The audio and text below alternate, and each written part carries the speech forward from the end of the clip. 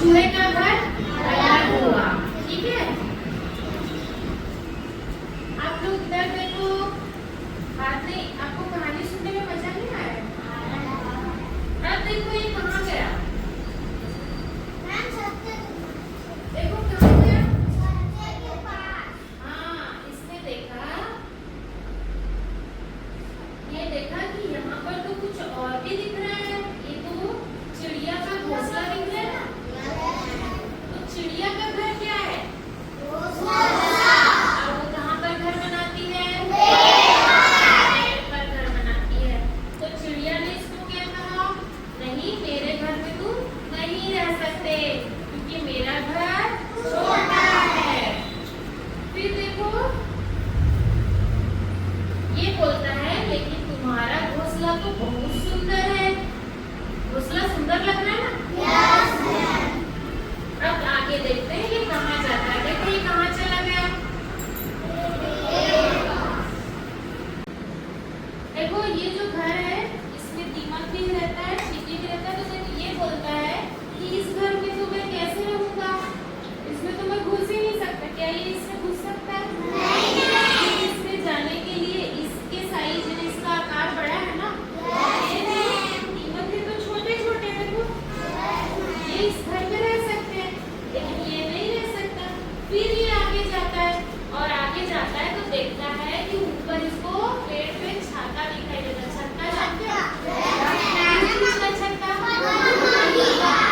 तो मधुमक्खी के छत्ते को देखता है, फिर मधुमक्खी को देखता है, बोलता है अरे ये छाते में भी मैं नहीं रह सकता। इसमें कौन रहता है? तो इसमें भी ये नहीं रह सकता क्योंकि ये पेड़ के ऊपर है। अब देखो वो कहाँ जाता है।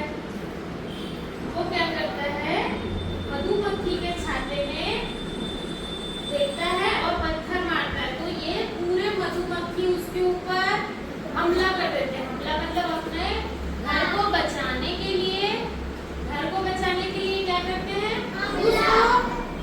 उसके पीछे उसको काटने के लिए दौड़ते हैं। भागने लगता है वो, है ना? ये देखो भाग रहा है। ठीक है, फिर क्या होता है, पानी के पास जाता है। देखो पानी में क्या दिखता है उसको?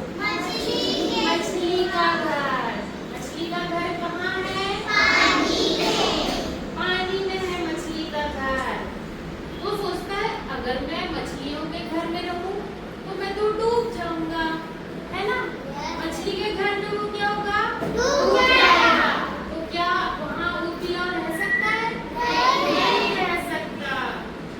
फिर क्या होता है, वो जाता है अपने लिए नया घर बनाने।